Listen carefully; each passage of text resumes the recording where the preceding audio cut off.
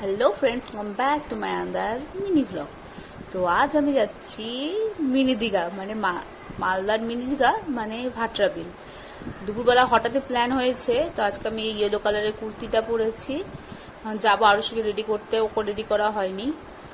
ওকেও আজকে আমি হলুদ কালারেরই ফ্রক পরিয়েছি, মা ওকে জুতো পরিয়ে দিচ্ছে। তো নিজেকেও দেখে দিলাম কেমন লাগছে আর কি।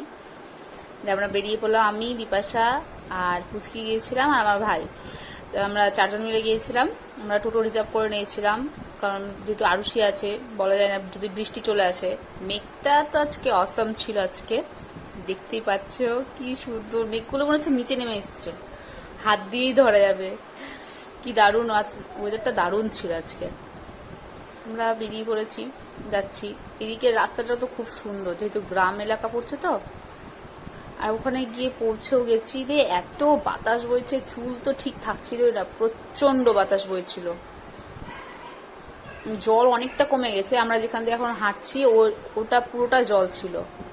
আমি যেতে লেট করে দিয়েছি বলেই জল শুকিয়ে গেছে। আরো শুধু সেই মজা পাচ্ছিল, উঠতে চাইছিল না জলে। দেখতে পাচ্ছ কি আনন্দ, ওর জল দেখলে খুব আনন্দ পায়। খুব মজা করেছি। আর এত বাতাস বইছিল, ঢেউ দেখছো, মনে হচ্ছে না দীঘা সমুদ্র, এটা মালদার মিনি দীঘা।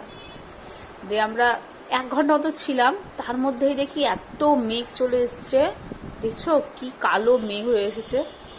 আমরা তাড়াতাড়ি ওখান থেকে বেরিয়ে গেছিলাম, যেন আরুষি আছে। বলতে বলতে বৃষ্টিও চলে এসেছে। ভাগ্যিস টোটোটা করেছিলাম, এই কারণে টোটোটা করা হয়েছিল।